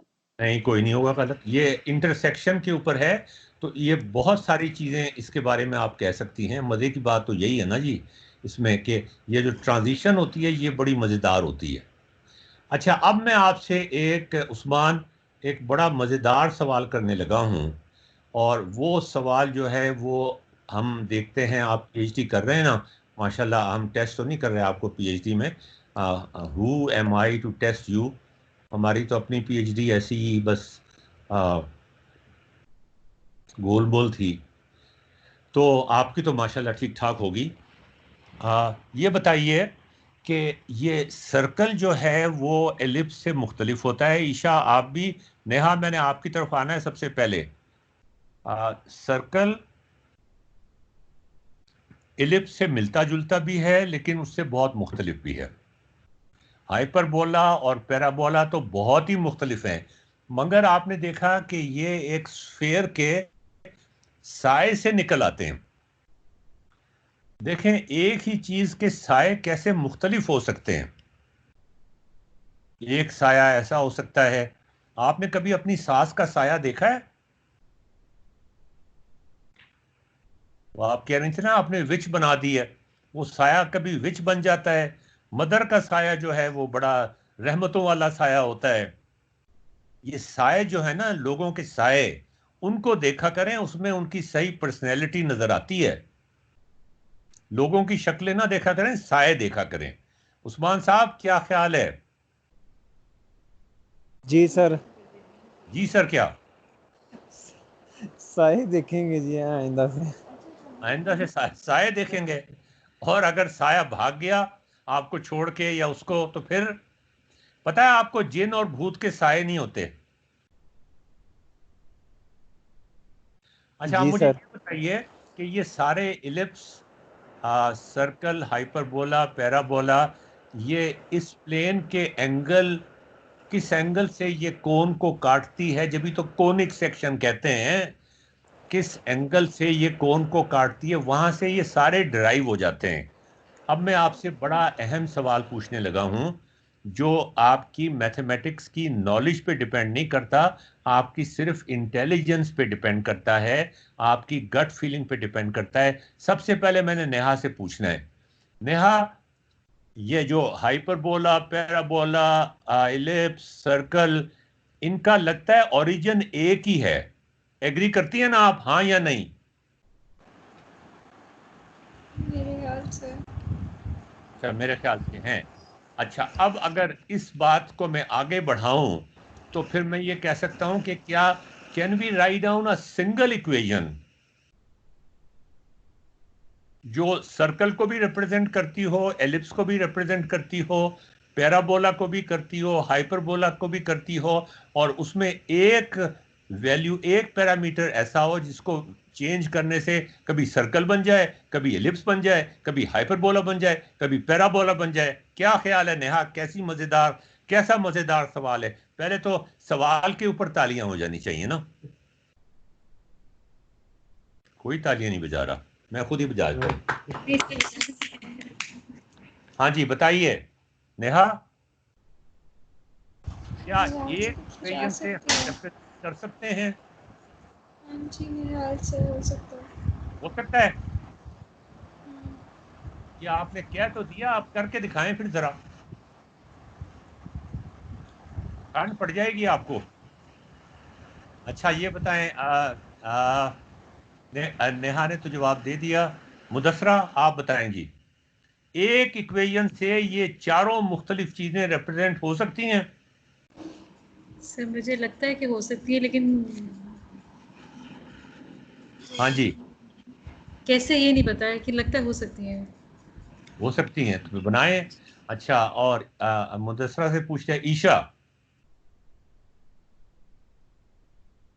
जी हाँ सर। जी, हो सकती हैं यार। सर बड़ी हो सकती हैं। अजीब, ऐसे अजीब, बड़ी अजीबो गरीब किस्म की बात होगी अगर हो गई तो। जी सर, अगर हम प्लेन बोला और कॉन के इंटरसेक्शन की इक्वेशन बना लें तो मेरा हाँ, ख्याल है हो सकते हैं। नहीं बना ले तो हो सकती हैं कि नहीं हो सकती? मैं सवाल ये हो पूछ, सकती है अगर ओरिजिन एक ही है और वो कौन है तो फिर ओरिजिन तो यार, ओरिजिन तो हम सबका जो है ना, वो एक है। एक कोई बैक्टीरिया था। ओरिजिन जी सर। बैक्टीरिया से हम सब बने हैं एवोल्यूशन के जरिए से, या वायरस से बने या बंदर से बने। तो अब ये तो उस्मान साहब आप बताएं जनाब, और आपसे इक्वेशन लिखवानी है मैंने अभी फिर। जी सर, हाँ हो जी, सकती है, ये तो बड़ा आसान है। अच्छा बता दें फिर, इक्वेशन बता दें। जी सर। इक्वेशन बताएं ना फिर। सर वो हमने सर्कल की इक्वेशन नहीं पढ़ी थी, एक्स माइनस, यानी अगर उसका सेंटर चेंज करते हैं तो एक्स माइनस एच लिखते हैं, अगर सेंटर जीरो हो तो एक्स स्क्वायर लिख देते वो हैं तो यार प्लस उससे वाई उससे स्क्वायर वो तो इज शिफ्ट हो इक्वल टू जाता आर है स्क्वायर। ना। वो तो उससे जी सर। सर्कल शिफ्ट हो जाता है। जी सर, लेकिन हाँ, उसके नीचे और एक्स माइनस अगर नीचे से भी कोई किसी कांस्टेंट से डिवाइड कर देना, x minus H square divided by किसी कांस्टेंट से कर दें, ए से कर दें, बी से कर दें, तो वो हमने देखा था एलिप्स बन जाता है। हाँ, इलिप्स तो बन जाता है, वो वहां तक तो ठीक है। जी सर। लेकिन इलिप्स से हाइपरबोला और पैराबोला कैसे बनेगा? वो सर मेरा ख्याल जैसे x square, x minus h whole square और y minus h whole square है ना, तो वो दूसरी तरफ ले जाए ना, अगर एक दोनों में से एक चीज़ को दूसरी साइड पे ले जाएं और मेरा ख्याल किसी कांस्टेंट से डिवाइड मल्टीप्लाई करें तो वो यार हाइपरबोला पैराबोला बन। अब तुम you are thinking aloud and you are going into the clouds. हाँ, जी सर। ये अब आपको मैं दिखाऊं, इसकी इक्वेशन तो मैं भी नहीं दिखाऊंगा आपको, लेकिन उस एक छोटा सा प्रोग्राम है, देखें 4 लाइनों का प्रोग्राम है, मैं आपको हिला के दिखा रहा हूं ताकि आपको इक्वेशन नजर ना आए, आप इक्वेशन को कॉपी ना कर सकें। सिर्फ एक छोटी सी इक्वेशन है, और उस इक्वेशन को जब हम प्लॉट करते हैं तो आप देखें कि ये क्या करिश्मा रूनुमा होता है। This is a hyperbola, this is a hyperbola, hyperbola, hyperbola, hyperbola. ये यार, ये तो है ही हाइपरबोला बस। Hyperbola, hyperbola, hyperbola, hyperbola, parabola, parabola, parabola, parabola, para, ellipse. देखा है आपने? इलिप्स। ये hyperbola, hyperbola, hyperbola, parabola, ellipse, और अब सर्कल। ये देखें सर्कल, कितने मजे की चीज है कि ये इक्वेशन इन सबको इंटीग्रेट कर देती है। आपने पहले कभी कॉनिक सेक्शंस को इस तरह से देखने की कोशिश की? नहीं सर। देखें, ये इंटीग्रेशन ऑफ नॉलेज बड़ी इंपॉर्टेंट होती है कि आपको पता भी हो कि इनमें क्या फर्क है, आपको पता भी हो कि इनमें क्या सिमिलैरिटी है, और साथ ही आपको ये पता हो कि एक दूसरे के अंदर, मैंने आपसे कहा था ना, कैलकुलस की डेफिनेशन में मैंने आपसे कहा था, पहले दिन मैंने आपसे कहा था कि calculus is the study of shapes and their transformations. हम शेप्स तो पढ़ते हैं लेकिन वो अलग अलग पढ़ते हैं, हम उनकी ट्रांसफॉर्मेशंस कभी करते ही नहीं एक दूसरे के अंदर।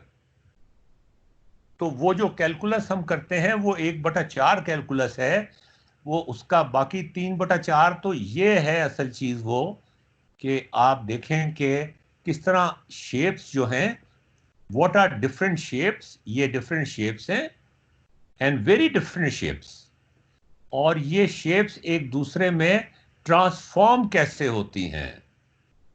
ये जो ट्रांसफॉर्मेशन का अमल है, सारी नॉलेज इसके ऊपर, सारी नॉलेज कोनिक सेक्शंस की इस पॉइंट पे आके मरकूज हो जाती है कि ये ट्रांसफॉर्मेशन कैसे होती है।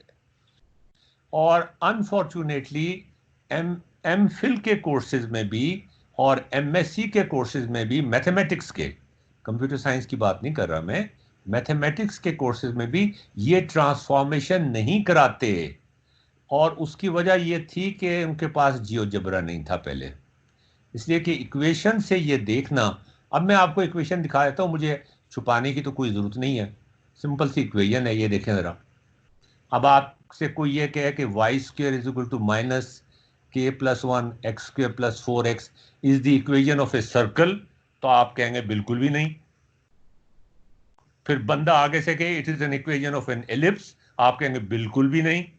फिर कहे it's an equation of A parabola, आप कहेंगे बिल्कुल भी नहीं। फिर कहे it's also equation of A hyperbola, आप कहेंगे बिल्कुल पागल हो गया ये तो। लेकिन जब वो k की वैल्यू को चेंज करता है, बाकी सारी वैल्यूज कोई चीज चेंज नहीं हो रही, सिर्फ k की वैल्यू को चेंज कर रहे हैं हम। तो देखें कैसी यूनिटी ऑफ नॉलेज की जो यूनिटी है ना, कि इट इज यूनिफाइड। यहां जाके आपको पता चलता है कि किस तरह मुख्तलिफ शेप्स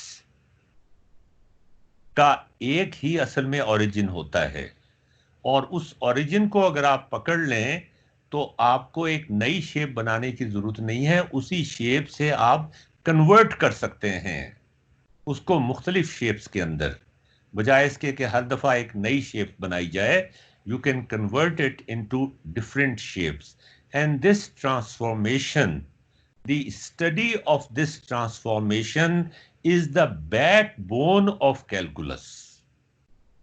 आपने नेहा और मुबदसरा और ईशा और उस्मान, आपने ये जो ट्रांसफॉर्मेशन का लफ्ज मैंने शामिल किया, मैंने तो शामिल नहीं किया, तमाम राइटर्स जितने भी बड़े राइटर्स हैं कैलकुलस के, वो सब ये कहते हैं कि calculus is the study of shapes, but not shapes alone, their transformations into each other.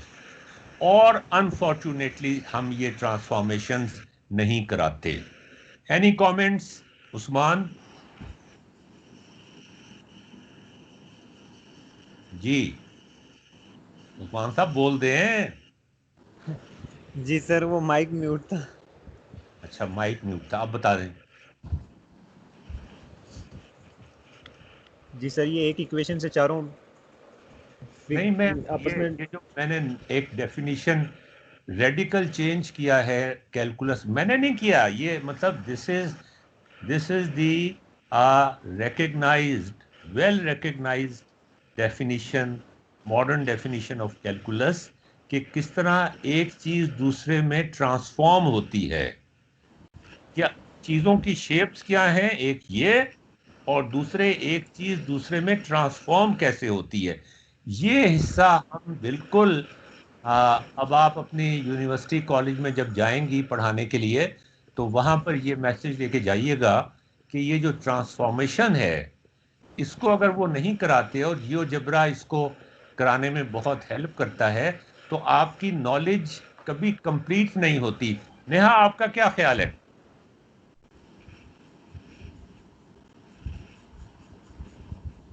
Neha, मुदस्सरा? Ji sir. क्या सर ख्याल मुझे है? सर यही मतलब बिल्कुल बाकी थ्योरेटिकल, और सम टाइम्स जब आप मतलब just sharing my own experience, हालांकि मेरा इस्लामाबाद का बहुत अच्छा कॉलेज था, लेकिन अगेन उसमें समटाइम्स ये होता था कि अब तो आप लोगों को ग्रेजुएशन में खास तौर पे कि अब तो आप लोगों को कैलकुलस आ जानी चाहिए, क्योंकि आप लोग एफएससी में करके आए थे, तो इन राइटिंग की बजाय भी वर्बली क्वेश्चंस को सॉल्व कराने की बात आती थी तो फिर कर लेते थे, लेकिन जाहिर है कि वो कॉन्सेप्ट उस तरह से बिल्डअप नहीं होते थे। तो अभी बाकी मुझे ये चीज़ पहले नहीं पता थी कि एक इक्वेशन से ये सारे ट्रांसफॉर्म हो जाते हैं, और कैलकुलस इटसेल्फ जो है वो ट्रांसफॉर्मेशन है। शेप्स का तो पता था, लेकिन उनकी ट्रांसफॉर्मेशन इनटू ईच अदर इसका आइडिया नहीं था मुझे, और ये चीज़ नई लर्निंग है और बड़ी इंटरेस्टिंग तरीके से लर्न हुई है विजुअलाइजेशन के साथ। Study calculus is the study of transformations of different shapes which have already been studied. सही और उन शेप्स के दरमियान आपस में क्या ताल्लुक है। देखे ना, आपका आपकी सास के साथ क्या ताल्लुक है, असल चीज तो यही है ना। जी सर। ये रिश्तों रिश्तों के ये जो रिलेशनशिप्स होते हैं ना, कि वो आपकी नंद है और वो आपकी सगी बहन है, बड़ा फर्क है, जमीन और आसमान का फर्क है। सही कह रहे सर। तो कैलकुलस की बेसिक डेफिनेशन भी मैं कभी भी अंडरस्टैंड नहीं की थी या कॉन्सेप्ट किया, बस ये पता था कैलकुलस है, लेकिन ये जो ट्रांसफॉर्मेशन ऑफ डिफरेंट ये जो है शेप्स हैं जो कि ऑलरेडी स्टडीड हैं और उनका आपस का क्या रिलेशनशिप है, इसके बारे में मुझे आज पता चला। अच्छा, कि और ये दूसरी डेफिनेशन बात, है, ये डेफिनेशन है कैलकुलस की। और इसको मुकम्मल कर लें अगर कैलकुलस की डेफिनेशन को, तो वो ये कि how one shape changes into another with respect to time. किस तरह मौसम तब्दील होते हैं गर्मी से सर्दी में, किस तरह जमीन पे जो दरख्त हैं, जहाँ बर्फ पड़ती है और जहाँ पे बहुत गर्मी होती है, जहाँ बर्फ पड़ती है वहाँ पे वो खिज़ां से सारे पत्ते वत्ते झड़ जाते हैं, और जब गर्मियाँ आती हैं, बहार का मौसम आता है, तो फिर से बहार आ जाती है। ये जो चेंज आता है, स्टडी ऑफ चेंज, ट्रांसफॉर्मेशन भी चेंज है ना। तो calculus is the study of change, transformation is one of the changes. So calculus is the study of change and rate of change, and rate of change and accumulation of change. जब accumulation की बात करते हैं तो integration आ जाती है, जब rate of change की बात करते हैं तो डिफरेंशिएशन आ जाती है। तो ये तीन कॉन्सेप्ट्स अगर आप याद रखें कैलकुलस के बारे में, it is a study of shapes, it is a study of their transformations, it is a study of how something changes with time, how something changes with space, space में कैसे change होती है, time में कैसे change होती है, और उसका इंटीग्रेटेड इफेक्ट क्या होता है। इंटीग्रेटेड इफेक्ट के अंदर इंटीग्रेशन आ जाती है, और जहां हम रेट ऑफ चेंज की बात करते हैं वहां डिफरेंशिएशन आ जाती है। यहां पूरा कैलकुलस का अहाता हो जाता है। Any comments before we come to the conclusion of this workshop? Today is the last class.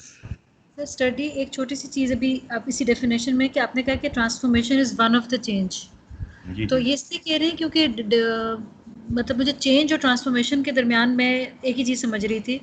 तो ट्रांसफॉर्म जो हो गया इन द सेंस कि वो जो जैसे सर्कल इलिप्स में ट्रांसफॉर्म हो गया, ये वाली चीज़ उसको चेंज से जो हमने पहले बातें जो चेंज की कीमत थी उनसे डिफरेंशिएट करके ये दो कॉन्सेप्ट्स हैं चेंज और ट्रांसफॉर्मेशन के। ट्रांसफॉर्मेशन देखें, चेंज तो ये भी हो सकता है ना कि एक गाड़ी की स्पीड चेंज हो रही है, राइट सर, सही, गाड़ी का डिस्प्लेसमेंट चेंज हो रहा है। अब यहाँ शक्ल तो तब्दील नहीं हो रही ना। जी सर।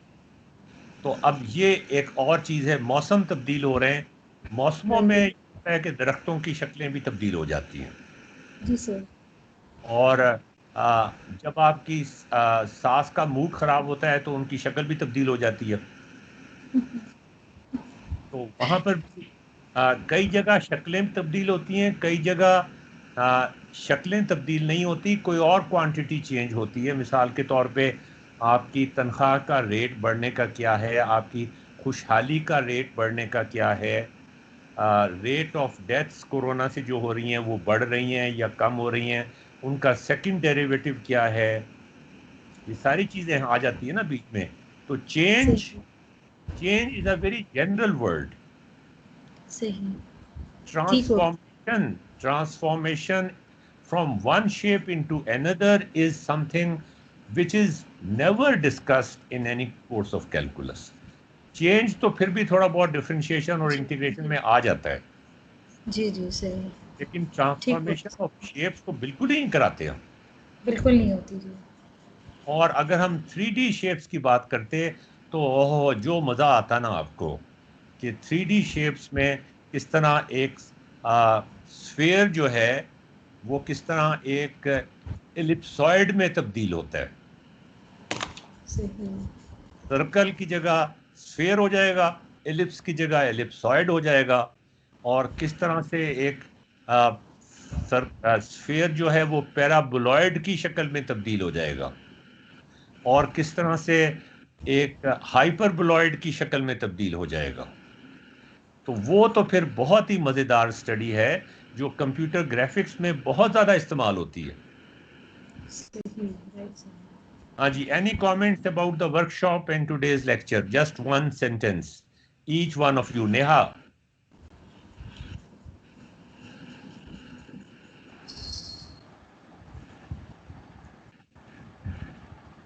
नेहा कुछ नहीं कहना चाहती। मुदस्सरा। सर बहुत इंटरेस्टिंग आज का भी और पहले वाले भी, और नॉलेजेबल, सब कुछ बहुत अच्छा था। बट ऑनेस्टली मेरी लर्निंग बहुत ज़्यादा हुई है, बस बीच में थोड़ा सा आपके गुस्से से डर आता था, बाकी बहुत अच्छा था। यार मेरे में गुस्सा कहाँ पे है ये मुझे बताओ। हैं? बस आ जाता था, मुझे लगता था कि प्रोबेबली शायद गुस्सा आगे एक दो दिन, जैसे मैं लेट हो गई थी 2 वीक्स अगो। यार उसका रोना छोड़ दो ना। हाँ, वो नहीं वैसे बता रही हूँ, तो बस उसकी वजह से थोड़ा होता था। लेकिन एक तो आपने टाइम पे पकड़ लेते थे कि अगर जरा सा भी जहाँ पे आप मतलब आपको पता है कि कौन से पॉइंट्स ऐसे जिनसे कंफ्यूजन आ सकती है, और वो पॉइंट्स आप पूछ के तो फिर वहीं पे कंफ्यूजन आप ख़त्म भी कर देते थे। फिर इसकी विजुअलाइजेशन से बहुत सारे कॉन्सेप्ट्स ठीक हुए हैं। सो ओवरऑल मुझे लगता है कि विजुअलाइजेशन जो है बहुत एक इम्पॉर्टेंट फैक्टर है, साथ उसको उसकी इक्वेशंस के साथ रिलेट करना, जियोजेब्रा में करके देखना कि ये डूएबल है। ऐसी चीज़ें नहीं है कि सिर्फ ये कोई मैथमेटिशियंस या कोई वेजी specialist specialization of the knowledge ही रिक्वायर्ड है। तो मुझे ये कोरिलेशन अच्छी लगी है। अच्छा, या ये ईशा थी या मुदस्सरा? सर ईशा। लीव कर दिया। अच्छा, हाँ जी आप बताएं जी। सर ये जियोजेब्रा विजुअलाइजेशन और एविडेंस बेस्ड अप्रोच है ये ट्रांसफॉर्मेशन सीखने के लिए। यानी आपने एक यानी समझ लें कि हमें एविडेंस बेस्ड अप्रोच के थ्रू ये टीचिंग सिखाई है कि क्रिएटिव टीचिंग कैसे करते हैं। यार ये अपने डिपार्टमेंट के मैथमेटिक्स के टीचर से जहाँ भी तुम पढ़ रहे हो, पढ़ा रहे हो, या जहाँ भी कहीं विज़िट करते हो, उनसे कहो कि ये हम वर्कशॉप दोबारा रिपीट कर रहे हैं, and the rates are very economical, only 5,000 rupees सबके लिए।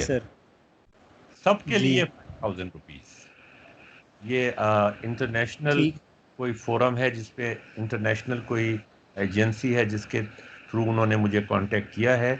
जुलाई के आखिर में ये कोर्स हमारा शुरू होगा, और ये 4 हफ्ते का कोर्स नहीं बल्कि 6 हफ्ते का कोर्स है। इसमें हम conic sections, 3D conic sections भी स्टडी करेंगे। तो ये अपने दोस्तों से कह दीजिएगा कि 4-5 हज़ार रुपये तो 6 हफ्ते के लिए मेरे ख्याल में बहुत रीजनेबल है। Yes sir. आपने तो माशाल्लाह 25,000 रुपये खर्च किए। हाँ आपकी हिम्मत है वैसे। जी सर।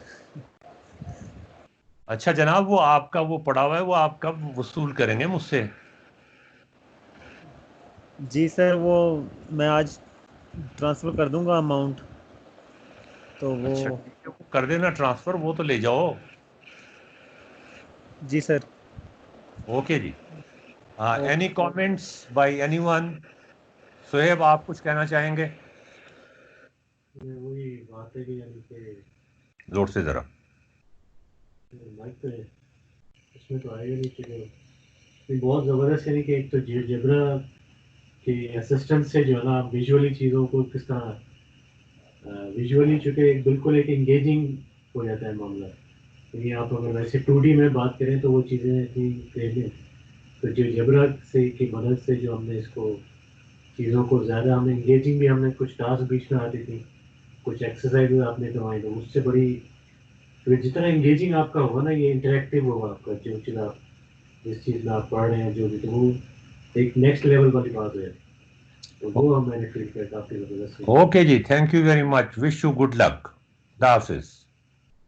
थैंक यू कभी कोई मसला हो पढ़ाई के मामले में या किसी और चीज़ के मामले में, किसी भी मामले में, जस्ट कॉल मी। अगर आपकी सास आपको मिसट्रीट करें, just give me a call, I will teach her a lesson. Thank you sir, आपने बहुत बेसिक्स भी बताई हैं, नॉलेज, मतलब ऑनेस्टली बहुत मजा आया। ये मुझे ये सोच के काफ़ी परेशानी हुई, पता नहीं मुदस्सरा ने कहा था या ये ईशा ने कहा था, शायद ईशा ने कहा था कि हमें बाज़ दफ़ा बहुत डिप्रेशन होता है, और आपके अंदर काफ़ी पॉजिटिविटी है, पॉजिटिव सोच है। आई एम एक्सट्रीमली मतलब I was very disturb to hear that. Mudassara, आपको भी कभी डिप्रेशन होता है? आपको हेल्पलेसनेस की फीलिंग होती है? जी सर। क्यों होती है यार? ये आजकल के नौजवान बच्चों को क्या हो गया है? हमारे ज़माने में तो जो यंग लोग थे उनको कभी डिप्रेशन का सवाल ही नहीं होता था, हम तो समझते थे हम सारा कुछ तब्दील करके रख देंगे। सर पता नहीं, होती है वैसे हेल्पलेसनेस, इन द सेंस कि अब तो खैर शुक्र है, मेरा ख्याल है प्रॉबेबली, मतलब बिल्कुल ऑफ द रिकॉर्ड ये कि प्रॉबेबली मुझे लगता है कि शादी के 2-3 साल के बाद ये हेल्पलेसनेस शुरू होती है, जब एकदम से टास्क, काम बहुत ओवरबर्डनड हो जाते हैं, और प्रॉबेबली वो कर्व जो है आफ्टर 8-9 इयर्स खासा आदत पड़ना शुरू हो जाती है। सो क्योंकि मेरी शादी को 11 साल हो गए, तो सर मुझे लगता है कि अब मुझे बहुत सारी चीज़ों के ऊपर जो हेल्पलेसनेस होती थी ना, मुझे लगता है कि अब कुछ चीज़ें ऐसी रह गई हैं जिस पे हेल्पलेसनेस होती है, डिप्रेशन होता है, और ओवरवर्क काफ़ी और बात है, लेकिन ये ख्याल होना कि कुछ नहीं हो सकता, कोई पॉजिटिव चेंज नहीं आ सकता सोसाइटी में, मतलब ये कि आई एम 70 ईयर्स ओल्ड, और इस वक्त लोग एक्सपेक्ट करते हैं, मेरी वाइफ भी एक्सपेक्ट करती हैं, और रिश्तेदार भी एक्सपेक्ट करते हैं कि मुझे इस वक्त मुसल्ले पे बैठ के और अपने गुनाहों की माफ़ी मांगनी चाहिए। तो I still think and I feel के I should do some service for my students and for the young people of Pakistan. And if I'm not doing any service, then I should simply commit suicide. नहीं sir, मतलब service बहुत अच्छी बात है, और मेरा ख्याल है कि हमारे टीचर्स की सर्विस की ही, मैं अपनी पर्सनल अगर बात करूँ तो मुझे भी ये लगता है कि मेरे मतलब मैंने, क्योंकि शादी के बाद और एक बेटे के बाद मैंने एमफिल शुरू किया, उससे पहले 10-12 साल मैं पढ़ाती रही, उसके बाद वो ट्रांसफॉर्मेशन मेरे लिए बड़ी मुश्किल थी, प्रैक्टिकल लाइफ से दोबारा स्टूडेंट लाइफ में आना, साथ शादी के साथ, मतलब फैमिली को देखना, बेटे को देखना। सो मुझे बहुत सारी चीज़ों पे बहुत हेल्पलेसनेस होती थी, कभी लगता था मैं घर को सेक्रीफाइस कर रही हूँ, कभी लगता था मैं बेटे को इग्नोर कर रही हूँ, कभी लगता था पढ़ाई ही नहीं अच्छी हो रही है। सो उसके ऊपर एक कुछ काफ़ी दफ़ा ऐसा हुआ है कि बहुत हेल्पलेसनेस आती थी, बट अगेन ये जो सीनियर्स होते हैं जिसमें पेरेंट्स का रोल शादी के बाद मुझे लगता है थोड़ा सा कम हो जाता है, प्रॉबेबली हस्बैंड सपोर्टिव हो तो बहुत बेहतर हो जाता है, शुक्र है अल्लाह का। और उसके बाद फिर जो बाहर की प्रॉब्लम्स होती हैं, जो ऑफिस की प्रॉब्लम्स हो जाती हैं, या जो पढ़ाई की टाइम की प्रॉब्लम हो जाती है, उसमें मुझे अगेन अपने टीचर्स की सपोर्ट ना होती शायद, तो मैं बाकी वो टीचर्स की सपोर्ट बड़ी नेगेटिव भी होती है, मैंने देखी है। लेकिन आप लोग यंग लोगों को मेरा एक ही मैसेज है कि यू शुड नॉट थिंक कि कोई चेंज नहीं लाया जा सकता सोसाइटी में। If you want you can make a big change, even one person can make a big change. और ये पॉजिटिविटी हमेशा कायम रखें, और मुसल्ले पे बैठने की बजाय कोई काम करें। हाँ जी, उस्मान, आप कुछ कहने की कोशिश करेंगे या मुसल्ले पे बैठना चाहेंगे? जी सर, आप ठीक कह रहे हैं कि एक पर्सन, यानी अगर मेरे अब्बू जिस तरह कह रहे हैं कि अगर गांव में हम एक स्कूल बना लें, और उससे यानी कितने बच्चे फ़ायदा उठाएंगे अगर ये मैथ में इस तरह विजुअलाइजेशन के थ्रू सिखाऊं बच्चों को। तो आप मुझे क्या मशवरा देंगे कि मैं मुसल्ले पे बैठ के अपने गुनाहों की माफ़ी ना मांगूं? वो भी सर नमाज पढ़ें जो फ़र्ज़ है आप पे, बाकी अच्छा। आप जो और सर माफी ये तो नहीं फिर सारा सर, ये जो वर्कशॉप करवाई है सर, इससे हमें जो एडवांटेज हुआ ये आगे हम कन्वे करेंगे आपका मैसेज दूसरों तक। आप ये बताएं कि क्या करूं मैं, ये वर्कशॉप्स करवाता रहूं या अब माफी मांगना शुरू करूं? मुझे भी तो, मैंने भी तो अपना कुछ आखिरत का हिसाब किताब करना है या नहीं करना? लाइफ तो बैलेंस्ड ही होती है। अच्छा, बैलेंस रखें। नहीं जी, मुझे जी कोई जन्नत में नहीं जाना, मैं साफ साफ आपसे कह रहा हूँ, मुझे कोई शौक नहीं है जन्नत में जाने का। I will continue my work, और मुसल्ले पे बैठने का टाइम मिलता ही नहीं, तो फिर मैं कैसे बैठ जाऊं? बहरहाल ये डिस्कशन और गलत तरफ चली जाएगी फिर। तो आप लोगों को I wish you good luck, but I would thank you. Recommend you कि do something, try to make a change in the society, and especially try to make a change in the lives of those who are not as fortunate as you are. जो oppressed classes के लोग हैं, उनकी अगर आप help कर सकें, उनको अपने पाँव पे खड़े होने के लिए, उनकी तालीम के लिए, तो ये मेरे ख्याल में इससे बड़ा सवाब का काम कोई नहीं होगा। जन्नत हो या दोज़ख हो, अगर मैं एक भी गरीब बच्चे या कुछ गरीब बच्चों की मदद कर सकता हूँ, तो मेरे नज़दीक फिर यही मेरी जन्नत है। ओके जी, thank you. Sir, thank you so much.